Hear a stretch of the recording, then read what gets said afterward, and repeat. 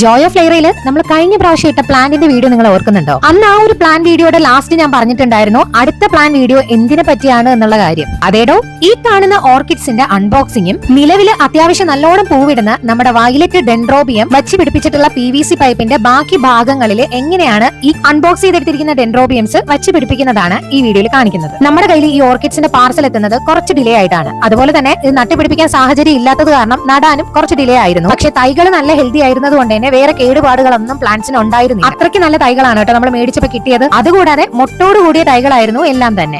ഇതാണ് ഞാൻ പറഞ്ഞ നമ്മുടെ വീട്ടിൽ സ്ഥിരവും പൂവിടാറുള്ള വയലറ്റ് ഡെൻഡ്രോബിയം. ഈ കാണുന്ന കേബിൾ ടൈസിന്റെ സഹായത്തോടെയാണ് ബാക്കി എല്ലാ ഓർക്കിഡ്സിനെയും നമ്മൾ അതേ ഡെൻഡ്രോബിയത്തിന്റെ PVC പൈപ്പിൽ തന്നെ അറ്റാച്ച് ചെയ്ത് നിർത്തിയത്. പിന്നെ കുറച്ച് കയറും കൂടെ യൂസ് ചെയ്ത് തൊണ്ടും കൂടെ ചേർത്ത് കെട്ടി കൊടുത്തു കഴിഞ്ഞാൽ നല്ല ഹെൽത്തി ആയിട്ടുള്ള ഓർക്കിഡ്സ് ആണെങ്കിൽ പെട്ടെന്ന് തന്നെ അതിന്റെ വേരുകൾ ഈ തൊണ്ടിൽ പിടിച്ചങ്ങ് കയറിക്കോളും. പിന്നെ പറയാൻ വിട്ടുപോയ ഒരു കാര്യം, ഈ PVC പൈപ്പിൽ നമ്മൾ ഓൾറെഡി മറ്റേ ഡെൻഡ്രോബിയം വയ്ക്കുന്നതിന് മുന്നേ ആയിട്ട് കയറ് ചുറ്റി കൊടുത്തിട്ടുണ്ടായിരുന്നു. അതിന് പുറത്തായിട്ടാണ് ഈ ഓർക്കിഡ്സ് എല്ലാം നമ്മൾ വെച്ചു കൊടുത്തത്. ഈ ഓർക്കിഡ്സ് എല്ലാം ഒന്ന് അതിൽ പിടിച്ചു കിട്ടുന്നത് വരെയുള്ള ആ ഒരു സപ്പോർട്ടിനായിട്ടാണ് നമ്മൾ കേബിൾ ടൈസ് യൂസ് ചെയ്യുന്നത്. നമ്മളിവിടെ പണി എളുപ്പമാക്കാൻ കേബിൾ ടൈസ് യൂസ് ചെയ്തു എന്ന് മാത്രം. കേബിൾ ടൈസ് തന്നെ വേണമെന്നില്ല, ഒരു കയറായാലും മതിയാകും. നല്ല ഹെൽത്തി ആയിട്ടുള്ള തൈകൾ കിട്ടിയത് കാരണം സെല്ലറിന്റെ കോൺടാക്ട് നമ്പറും ഈ ഒരു വീഡിയോയിൽ കൊടുക്കുന്നുണ്ട്. ഇതിൽ ഞാൻ പറഞ്ഞതും കാണിച്ചതുമായിട്ടുള്ള എല്ലാ പ്രോഡക്ട്സിന്റെ ലിങ്കും വേണമെങ്കിൽ അക്കൗണ്ട് ഒന്ന് ഫോളോ ചെയ്തിട്ട് ലിങ്ക് എന്ന് കമന്റ് ചെയ്താൽ നിങ്ങൾക്ക് ലിങ്കും കിട്ടും. ഞങ്ങളുടെ വീട്ടിൽ ഓർക്കിഡ്സിന്റെ ഏറ്റവും വലിയ ശത്രുവായിട്ട് ഞങ്ങൾക്ക് തോന്നിയിട്ടുള്ളത് ഒച്ചാണ് കേട്ടോ. തൊണ്ടൊക്കെ വെച്ച് കൊടുക്കുന്നത് കാരണം ഒച്ച് ഇതിന്റെ വേരിന്റെ ഇടയിൽ കയറിയിരുന്ന് നീരൂറ്റി കുടിച്ച് ആ ചെടിയെ നശിപ്പിക്കാറാണ് പതിവ്. അങ്ങനെ എങ്ങനെ ഉണ്ടെങ്കിൽ തൊണ്ട അധികം യൂസ് ചെയ്യാതെ ഇതുപോലെ കെട്ടി നിർത്തുന്നത് നല്ലതായിരിക്കും. അത്യാവശ്യം വെയിൽ കൊണ്ടാ പൂക്കുന്ന ഒരു ഇനമാണ് ഡെൻഡ്രോബിയം എന്ന് പറയുന്നത്. അപ്പൊ ഇതുപോലെ വെയിൽ കിട്ടുന്ന സ്ഥലത്ത് വെച്ചാൽ അധികം പൂവും കിട്ടും. കുറുകിയ പച്ചച്ചാണക വെള്ളവും തേങ്ങ വെള്ളവും